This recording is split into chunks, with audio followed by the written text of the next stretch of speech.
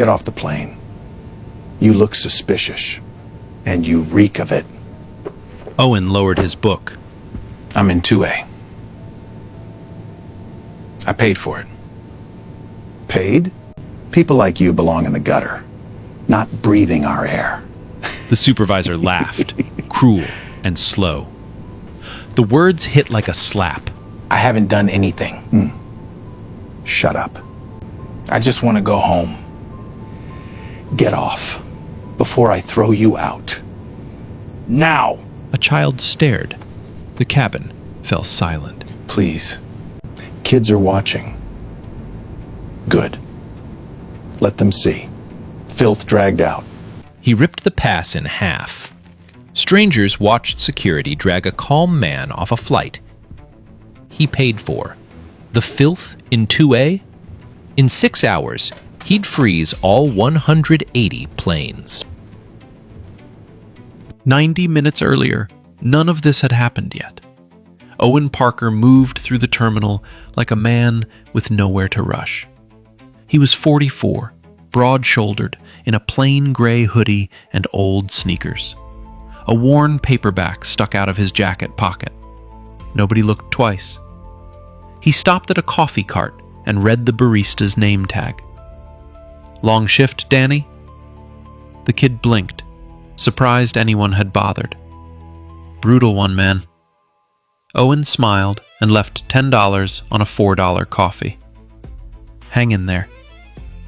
The smell of burnt espresso and floor cleaner hung in the morning air.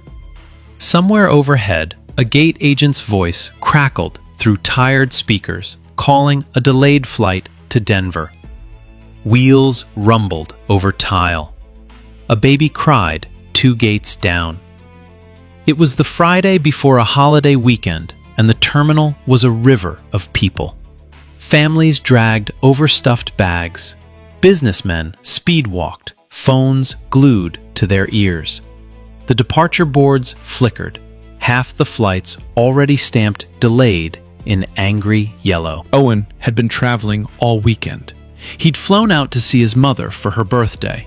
Homemade cake with too many candles, her warm hand patting his cheek like he was still 9. She'd slipped a card into his bag at the door. "Read it on the plane," she'd said. Now, he just wanted his own bed. His phone buzzed. A text from Megan, his assistant. "Board deck's ready for Monday. No rush. Enjoy your weekend, Mr. Parker." He silenced it and slid it away. Monday could wait. This morning belonged to nobody but him. An old woman struggled with a rolling bag near the escalator, her knuckles white on the handle. Owen crossed over without a word and lifted it onto the step for her. She thanked him twice, flustered. He just nodded and kept walking, already forgetting he'd done it. He didn't announce himself. He never did. To every face in that terminal, he was just another tired traveler in a hoodie. Not the man whose name sat in quiet gold letters on the tails of the planes parked outside the glass. That was how Owen liked it. 15 years spent building this airline from 3 leased jets to a fleet of 180, and he still flew commercial half the time. Still bought his own coffee. Still learned the names of people who would never learn his. Then he saw it. A few gates down, a young black man in a college sweatshirt stood with his arms half raised. 2 agents dug through his backpack, slow and thorough, pulling out a charger, a notebook. Right beside him, a steady stream of other passengers strolled past, unbothered, unchecked, invisible to the same eyes. Owen stopped walking. He watched the kid's jaw tighten into that familiar, swallowed kind of patience. The kind you learn early. The kind Owen had worn his entire life. A cold weight settled in his chest. He'd seen this 1,000 times. He had been this 1,000 times. But today, he was just passing through. So he let it go. The way you learn to let small things go just to get through an ordinary day. He didn't know it yet, but in less than an hour, he wouldn't be able to look away. Because it would be him. The boarding call for Flight 226 echoed down the corridor. First class, Group 1, now boarding. Owen pulled out his pass, the paper gone soft from his pocket. He walked toward the gate, sneakers squeaking on the polished floor. Seat 2A. A window. 3 hours, a book over his eyes, and home. He had no idea what was waiting at the front of that plane. He scanned his pass. The reader beeped green. The gate agent barely glanced up from her screen. Owen stepped onto the jet bridge, into the cool metal tunnel that smelled of jet fuel and recycled air, his footsteps echoing off the walls. For one more minute, everything was fine. The cabin opened up ahead of him, warm and bright. A flight attendant with a kind smile and a name tag reading Grace nodded him in. "Welcome aboard, sir." Owen found 2A, slid his bag into the bin, and sank into the leather seat with a quiet sigh of relief. He pulled his mother's card from his jacket and set it on his lap. He'd read it once they were in the air. Outside the window, ground crews waved orange wands under a pale sky. He let his eyes close for a second. Almost home. Almost. He didn't see the gate agent at the front of the cabin watching him. Didn't see the frown. Didn't hear the first quiet word into a radio. The first sign of trouble had a name tag too. Brett. He was a gate agent, late 20s, with a lanyard and a clipboard he didn't really need. He'd boarded the plane to double-check a manifest, but his eyes kept drifting to seat 2A. Owen felt the stare before he saw it. You always feel it. He opened his eyes and met the young man's gaze. Brett looked away fast, then looked back, bolder this time. He walked over and leaned across the empty aisle seat. "Sir, there's a question about your boarding pass." Owen sat up. "Okay, what's the question?" "This is first class." Brett said it slowly, like Owen might not know. "I just need to verify you're in the right seat." "I'm in 2A. That's what my pass says." Owen pulled it out and held it up. "Want to scan it again?" Brett barely looked. "Do you have a second form of ID?" Around them, the cabin kept moving. A man in a wrinkled suit shoved a bag overhead. A woman in pearls sipped champagne in 3C. Nobody asked them for anything. Owen noticed. He always noticed. He handed over his driver's license without a word. Brett studied it far longer than necessary, turning it in the light, glancing from the photo to Owen's face and back. "This says Owen Parker." "That's me, right." Brett didn't hand it back. He clicked his pen twice, 3 times.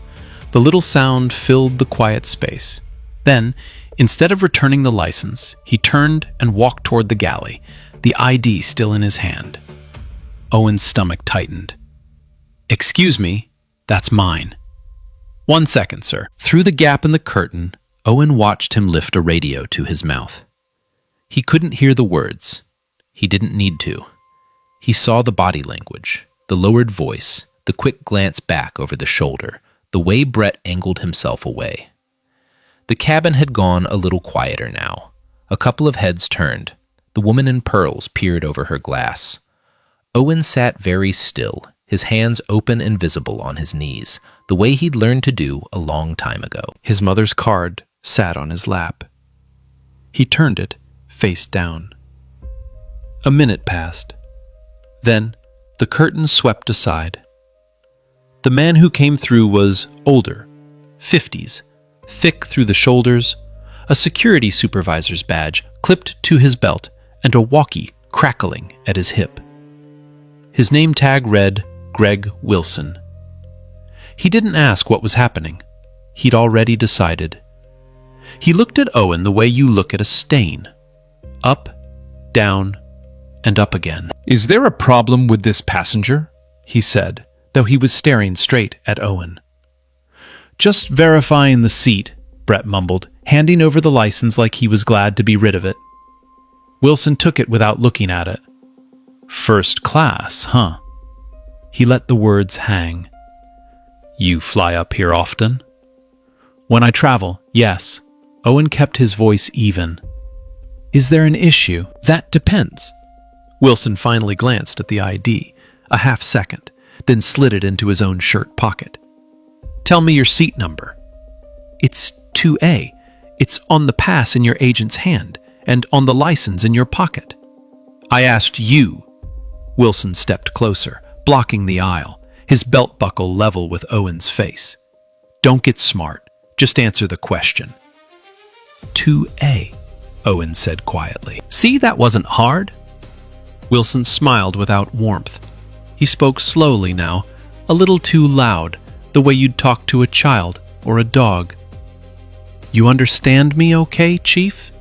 You following along?" A few rows back, someone snickered. Owen felt the old heat crawl up his neck. He breathed through it. "I understand you fine. Good. Because something about you isn't sitting right with me." Wilson tapped his own temple. 20 years doing this. I get a feeling about people. And I'm getting a real strong feeling about you. "I'm reading a book and waiting for my flight," Owen said. "That's all I've done." "That's all you've done so far." Wilson leaned on the seat back. "How'd a guy like you afford a seat like this anyway? Points? Somebody else's card?" The cabin was silent now. Owen heard his own pulse. He heard the woman in pearls whisper to her husband. He heard Brett shift his weight, suddenly unsure of the thing he'd started. "I paid for it," Owen said. "Same as everyone up here." "Sure you did." Wilson straightened up and keyed his radio. "Yeah, it's Wilson. I'm going to need a second unit at gate B14. Got an uncooperative individual on board." Uncooperative. Owen hadn't raised his voice once. He hadn't moved from his seat. He looked down at the face-down card on his lap, at his own steady hands, and understood exactly where this was going. Because he'd been here before, in 100 smaller rooms, his whole life. He just never thought it would happen on one of his own planes. Wilson clipped the radio back to his belt and folded his arms. "While we wait, let's clear something up. You got proof you paid for this seat?" Owen blinked. "The boarding pass is the proof. You're holding the ID it's booked under." "Anybody can print a pass." Wilson nodded at Owen's jacket. "I mean real proof. Pull up your bank. Show me the charge. Show me the card you supposedly used." The request hung in the air, so absurd it took Owen a second to be sure he'd heard it. Across the aisle, the man in the wrinkled suit stared at his own phone, careful not to look. Nobody was asking him to open his banking app. Nobody ever would. Owen's jaw flexed. For a moment, the refusal sat right there on his tongue. Every reason this was wrong, every right he was choosing not to throw. Then he thought of the radio, the second unit on its way, the 40 people watching. He thought about getting home. So he took out his phone. He opened the app. He scrolled to the charge, the airline's own name, his own card, the exact fare, and turned the screen toward Wilson. "There," Owen said. "Paid in full, 3 days ago." Wilson glanced at it for half a heartbeat. Could be anybody's account. It has my name on it. Names are easy. He'd already moved the goalpost, already decided the proof didn't count, because the proof had never been the point. Owen lowered the phone slowly and understood that too. That was when the woman in pearls spoke up, loud enough to carry. "Some of us actually paid to sit up here." A small, satisfied laugh. A man beside her chuckled into his drink. Heat flooded Owen's face. Not anger, exactly. Something older and heavier. the specific weight of being made small in front of strangers who decided you were the problem. "I paid too," Owen said, and his voice was quiet, and that was his mistake. "Hey," Wilson's hand came up. "Watch the tone. Lower your voice." "I'm not raising it. You're being aggressive. Everybody can see it." Wilson looked around the cabin, performing for them now. "I've got an agitated passenger refusing to comply. You all are my witnesses." Owen went very still. He hadn't moved. He hadn't shouted. He'd shown a license, a pass, a bank charge, and answered every question. And somehow, he was the one being painted as a threat. He knew this trick. He'd watched it played on men who looked like him on the evening news. Stay calm, and you're suspiciously calm. Speak up, and you're aggressive. There was no right way to be black in that seat. There never was. Down the aisle, Grace appeared, 2 glasses of water still in her hands. She set them down. "Excuse me, is everything all right here? This gentleman hasn't caused any trouble. I've been right here the whole time." "Stay out of it," Wilson said, not even turning. "This is a security matter." "But he hasn't done anything," Grace pressed. "He's just been sitting." "I said, stay out of it." His tone snapped like a door. Grace's mouth closed. She caught Owen's eye, and in her face was something he was grateful for and sick of needing. An apology she had no power to make good on. The cabin door thudded.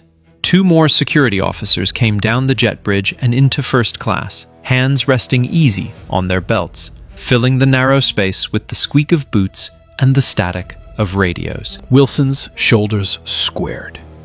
He had his audience, and now he had his backup. He turned to Owen with the calm certainty of a man who had never once been wrong in his own mind. "All right, you're done here," he said. "Get up. You're getting off this aircraft." Owen didn't move. He looked up at the 3 of them, at the phones already rising over seatbacks, at his mother's card face down on his knee. "On what grounds?" he asked. Wilson smiled. "On the grounds that I said so." "I asked a question," Owen said, still seated. "What grounds?" Wilson didn't answer. He reached up, popped the overhead bin, and pulled down Owen's carry-on like it was already evidence. "Hey!" Owen stood halfway. "You can't search that. I don't consent to that." "Sit down." Wilson dropped the bag onto the empty aisle seat and unzipped it in one hard pull. "On this aircraft, I don't need your permission." That wasn't true. And some part of Wilson probably knew it. But knowing and caring are different things.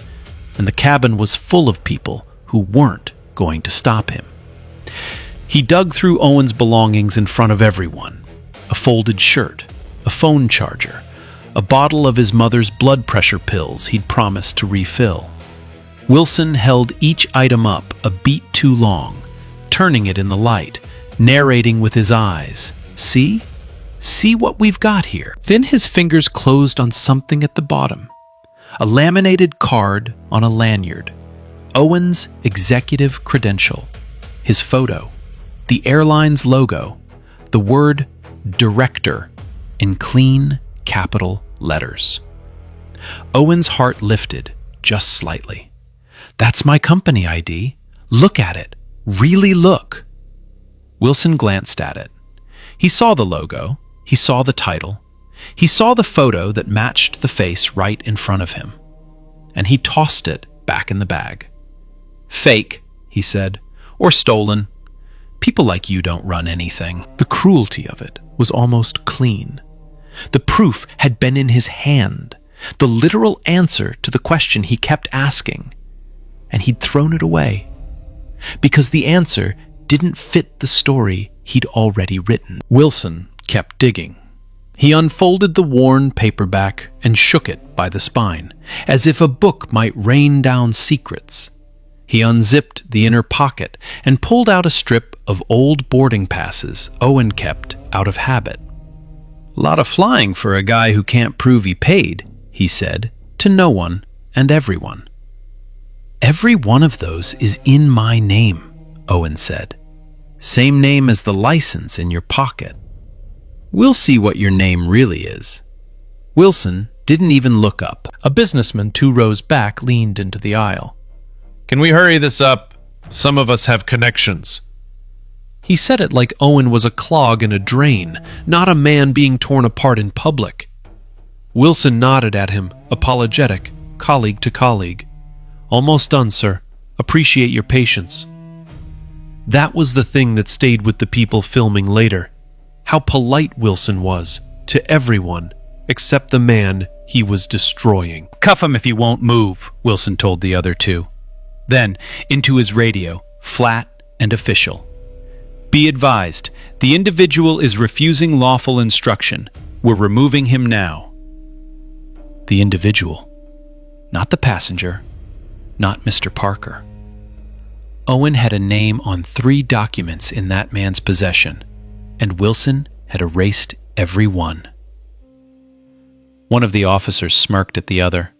"First class," he muttered, and they shared a small laugh. The kind men share over a thing they've decided is beneath them. Metal flashed. One officer unclipped a pair of handcuffs from his belt, and the ratchet sound, that quick, ugly zip of the teeth, cut through the cabin. Owen felt the cold steel close around one wrist, then the other, tight enough to pinch. He had committed no crime. He had shown 3 forms of proof, and he was being cuffed in a first-class seat for the offense of sitting in it. "Stand up," Wilson said. "Hands where we can see them." Owen looked at the 3 of them. He could feel the trap in his own body. Fight, and the video shows a struggling black man. Freeze, and they drag him anyway. There was no version of this where his stillness saved him, so he made a choice. He set his mother's card gently on the seat. He raised both hands, slow and open, and he spoke loud enough for every phone to hear. "I'm not resisting," he said. "I want everyone recording this. I am not resisting." "Smart," Wilson said, and grabbed his arm. They pulled him up out of 2A. Owen kept his hands open, his body loose, refusing to give them the fight they wanted. It didn't matter. Wilson wrenched one arm behind his back hard enough that a sound escaped Owen's teeth.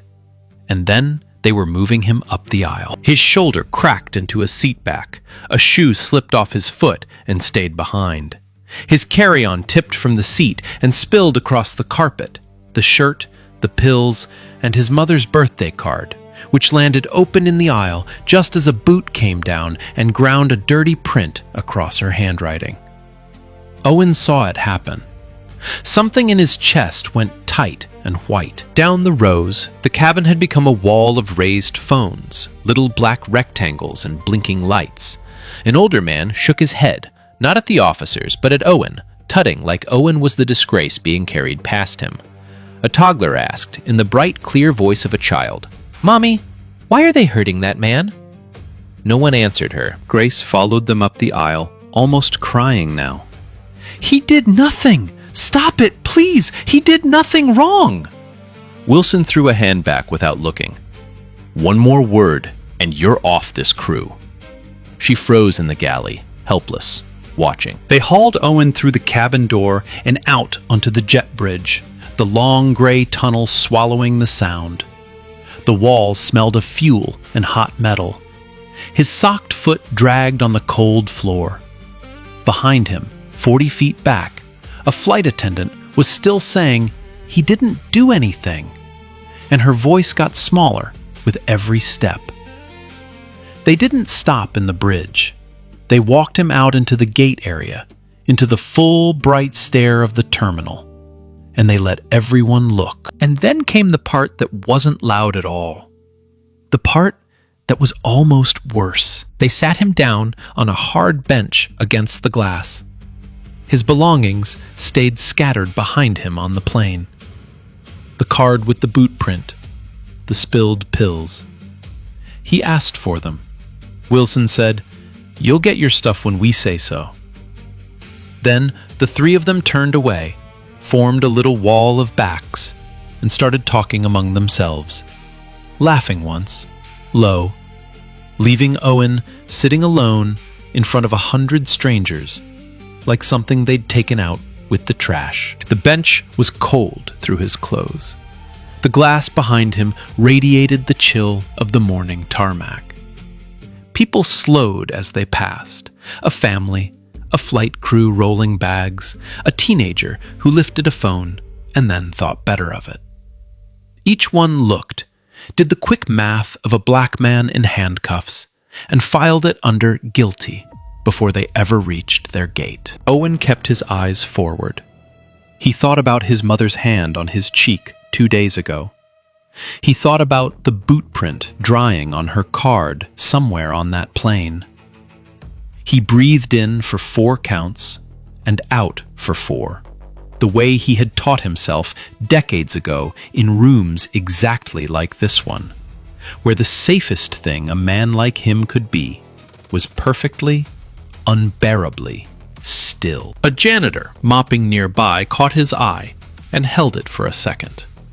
One of the only people in that terminal who looked at Owen and saw a person. He gave Owen the smallest nod. Owen nodded back. It was a very small kindness, and in that moment, it was almost enough to undo him. The cuffs bit into his wrists every time he shifted. He stopped shifting. He let his hands rest still in his lap and stared at a scuff on the floor, counting tiles, anything to keep his face calm while the whole airport decided what he was. Nobody read him a charge. Nobody asked him a real question. He just sat there in one shoe in front of the whole airport, made invisible and disposable in the same breath. A gate clock ticked overhead. Somewhere, a coffee machine hissed. Owen stared at the floor, jaw set, and did the one thing they couldn't take from him. He stayed calm. He stayed exactly, deliberately calm. Because Owen Parker had not told them who he was. Not yet.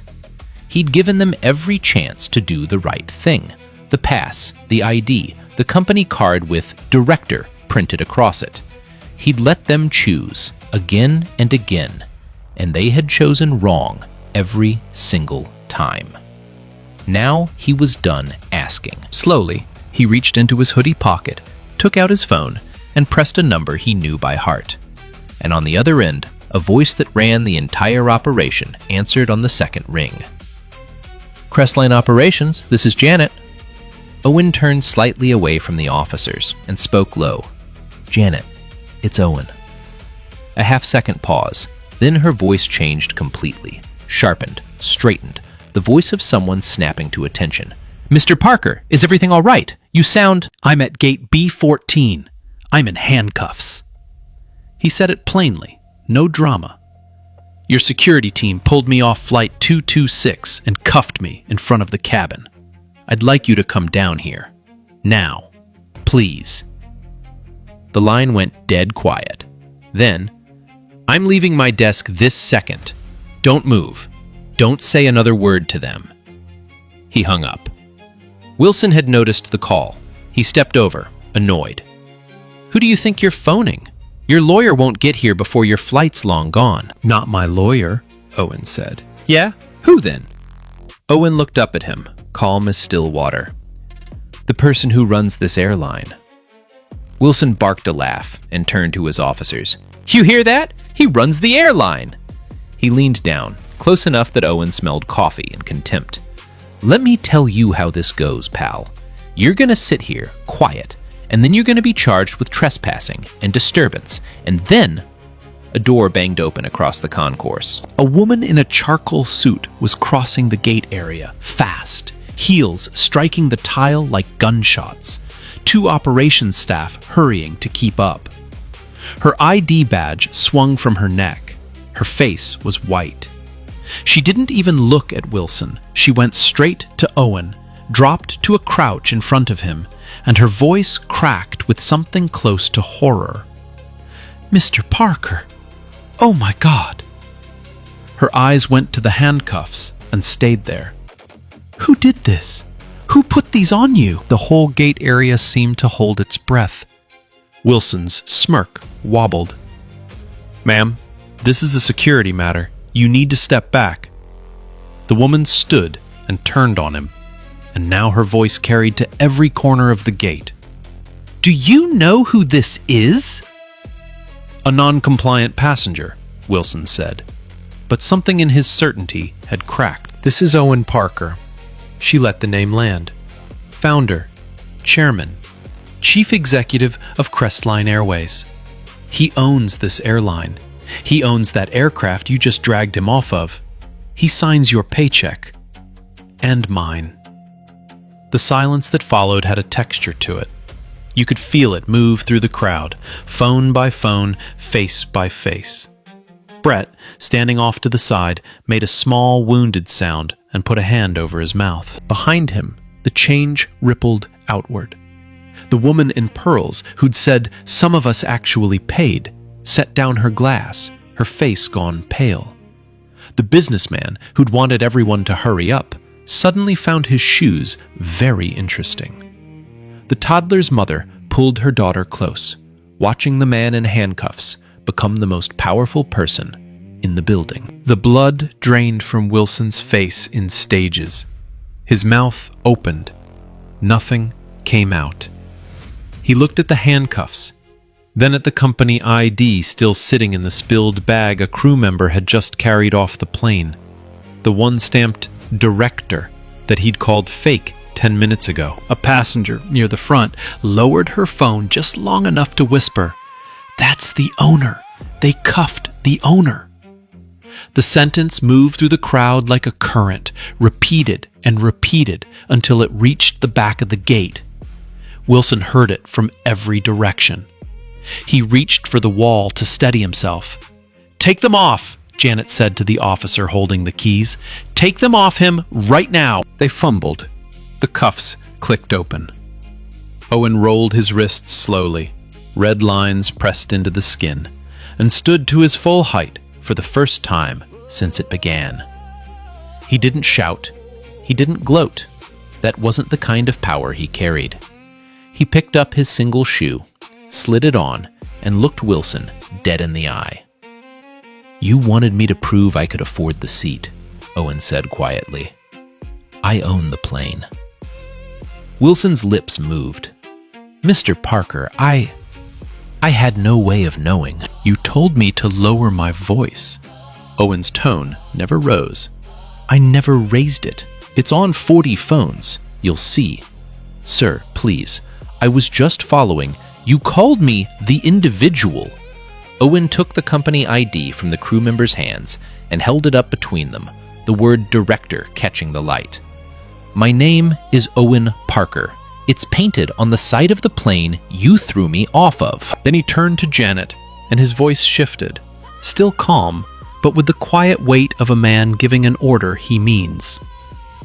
"Get me the operations director on the line," he said. "Every Crestline aircraft holds at the gate. Nothing pushes back. Not one plane leaves the ground until I know how this happened and who led it." Janet blinked. "Sir, that's the entire fleet. 180 aircraft."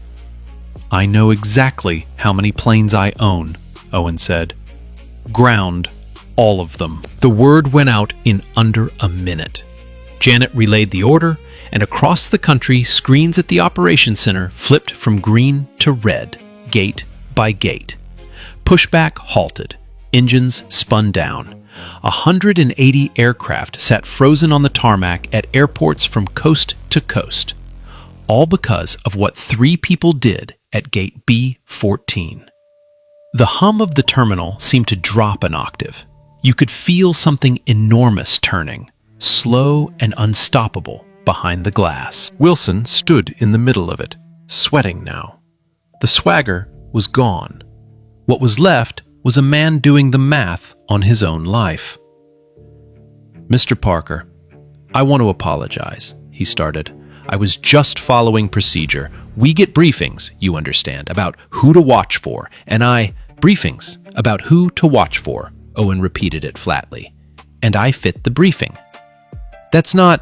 I didn't mean," Wilson's hands fluttered. "I had no way of knowing who you were." "That's exactly the problem." Owen's voice stayed level, but it cut. "You should treat people decently when you don't know who they are. That's the whole point. A man doesn't have to own the plane to deserve to sit on it in peace." Wilson had no answer.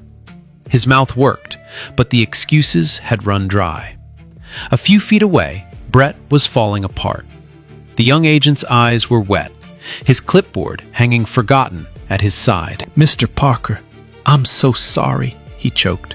"I started this. I flagged you. I don't even know why "Yes, you do," Owen said. "Not cruelly, just true." Brett's face crumpled. "He didn't look like he belonged up front." The words came out in a whisper, and the moment they did, he heard them, really heard them, and went gray. He had just said the whole thing out loud, on camera, in a terminal full of phones. Owen looked at him for a long moment. There was no triumph in it, only a deep, bone-level tiredness. "There it is," he said quietly. By now, airport police had arrived. Real officers this time, summoned by the commotion and the calls already lighting up dispatch. They reviewed the cuff marks on Owen's wrists. They took in the scattered belongings, the crushed birthday card a flight attendant had rescued and carried out, the wall of passengers eager to show what they'd filmed. Owen turned to Janet. His orders came clean and certain. "These three are relieved of duty, effective now. Wilson, both officers. Badges and access cards, today." He nodded toward Brett. "Him too. But I want it on record that he's the only one who told the truth about why." Wilson's head snapped up. "You can't just... I have 20 years here. I have rights. I have a union." "You'll have every process you're owed," Owen said, "which is more than you gave me." A police officer stepped in close to Wilson, lowering his voice, asking him to come answer some questions about an unlawful detention and a search no one had consented to. For the first time, Wilson was the one being walked somewhere he didn't want to go. He looked back over his shoulder, and the last of his certainty was gone. Just a man, suddenly small, being led across a terminal while strangers filmed. Owen didn't watch him go. He had already crouched down by the bench, where Grace had set the rescued items in a careful little pile. He picked up his mother's birthday card. The boot print had smeared the ink, but her handwriting was still there underneath. "Happy travels, my boy. Call me when you land." His thumb moved over the dirt. For 1 second, the calm slipped, and 40 phones caught the truth of it. Not a CEO, not a man who'd just frozen a fleet, just a son holding a ruined card from his mother. Then he straightened, slid it carefully into his jacket, and got back to work. Within the hour, the story was already escaping the airport. A clip titled, "Security Drags Black CEO Off His Own Plane," hit a few thousand views, then a few 100,000.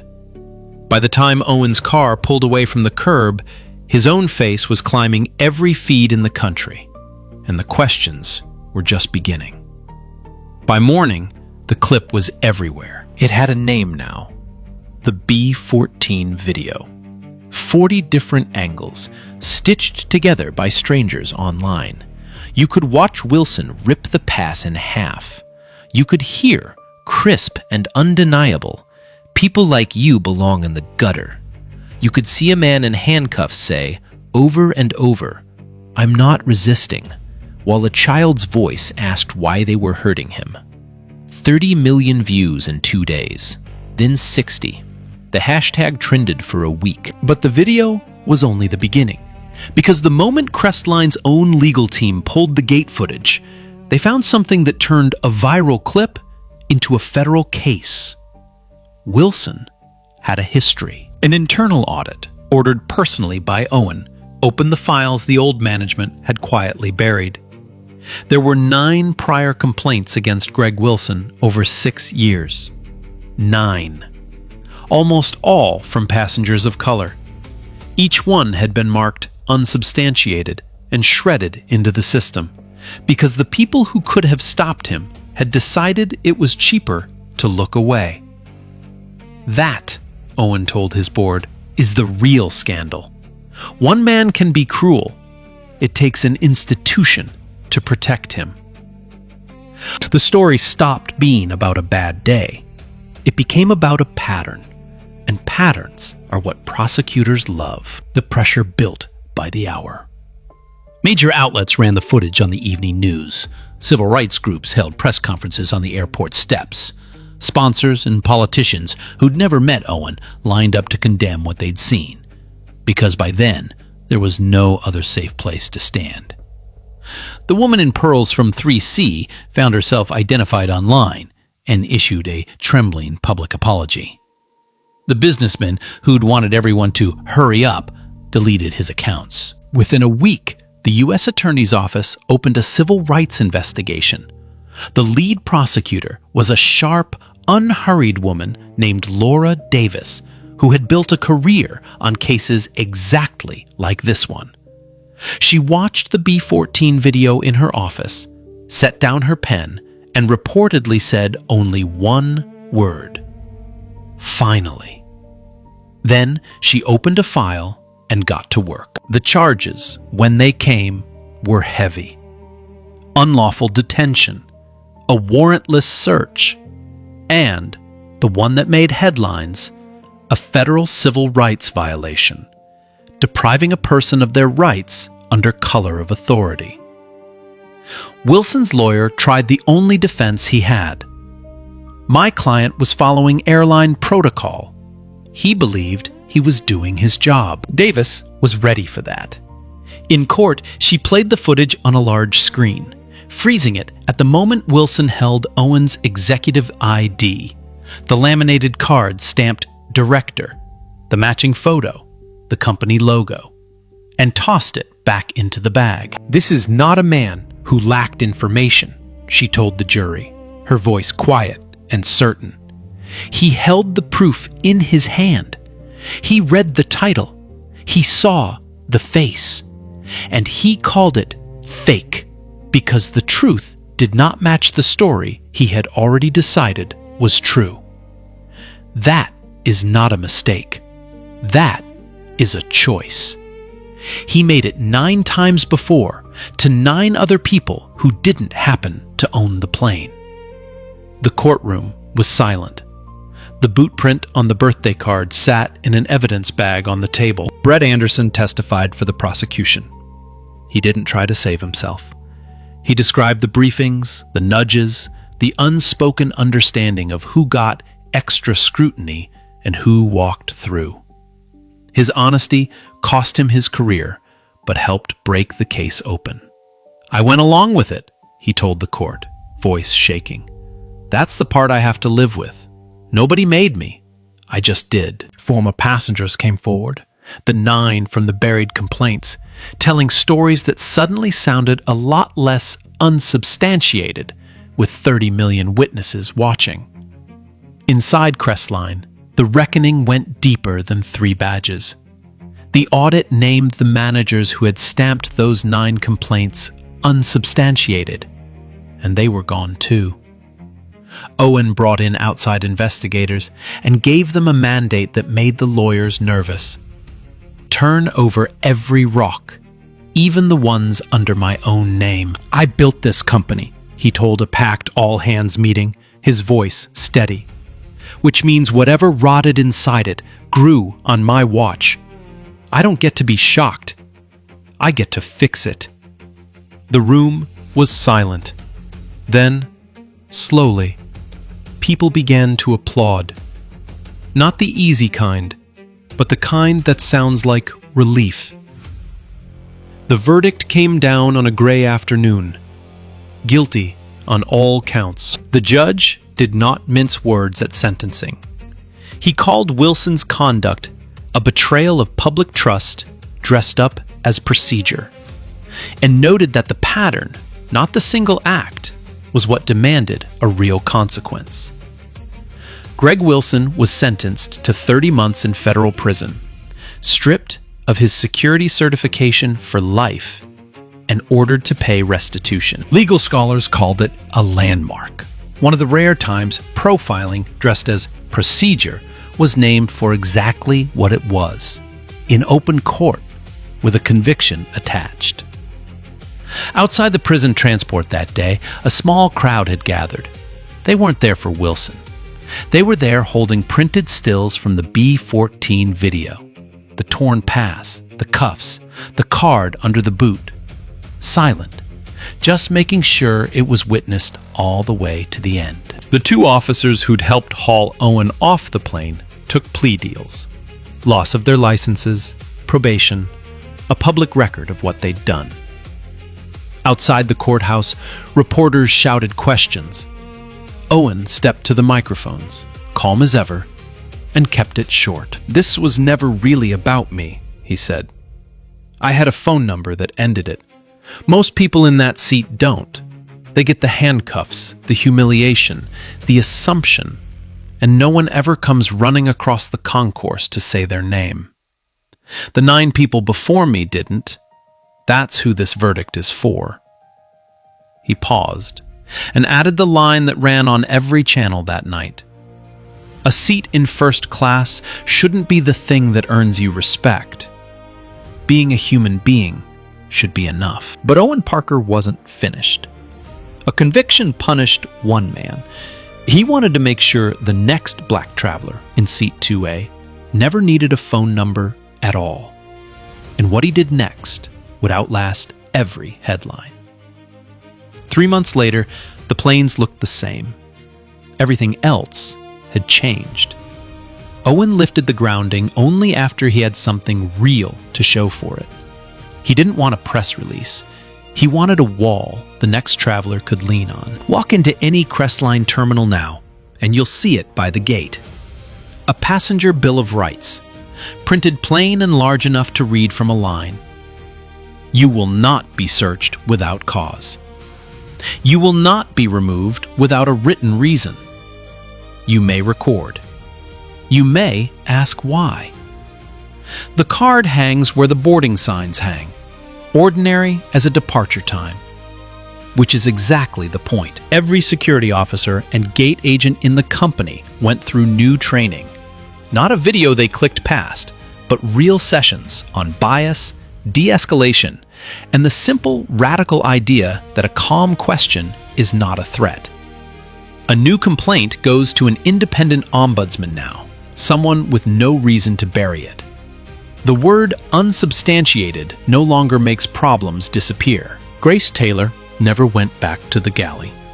Owen promoted her to help lead the new training program because the woman who'd said he did nothing wrong when it cost her something was exactly who he wanted teaching it. She tells every class the same thing. I was the only crew member who spoke up. There should have been 10 of us. Be the 10. Brett Anderson lost his job and didn't fight it. But months later, he wrote Owen a long letter, not asking for anything, just owning what he'd done and what he'd learned. Owen wrote back. People can't undo a thing like that, he said, but they can decide who to be after it. The slow work of becoming someone better is still work worth doing. And the card, his mother's card, with the boot print that never fully cleaned off. Owen had it framed. It hangs in his office now, next to the awards and the headlines, the smallest thing on the wall, and the one he looks at most. He used the settlement money for none of himself. He seeded a fund with it, legal aid and travel equity scholarships named for the date everything happened, so that the next person pulled aside without cause has a number to call, the way he did. 9 of the first recipients were the 9 names from the buried complaints. He found every one of them. A few weeks after the reforms went live, Owen flew Crestline again. Same route, seat 2A. This time, a young gate agent greeted every passenger with the same easy warmth. The family, the businessman, the teenager, the quiet man in the hoodie near the back.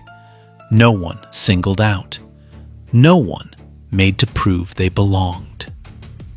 Owen watched it happen from his window seat, and for the first time in a long time, he let his shoulders drop. He pulled out his mother's framed card, the real one he kept traveling with, and finally read it in the air, the way she'd told him to. The story you just heard is fiction. Owen Parker isn't real. But the handcuffs, the proof you paid, the proof held up and called fake, the assumption that arrives before a single word, those are stitched together from real cases, real people, real days that didn't end with a phone call to save them. Most of those stories never trend.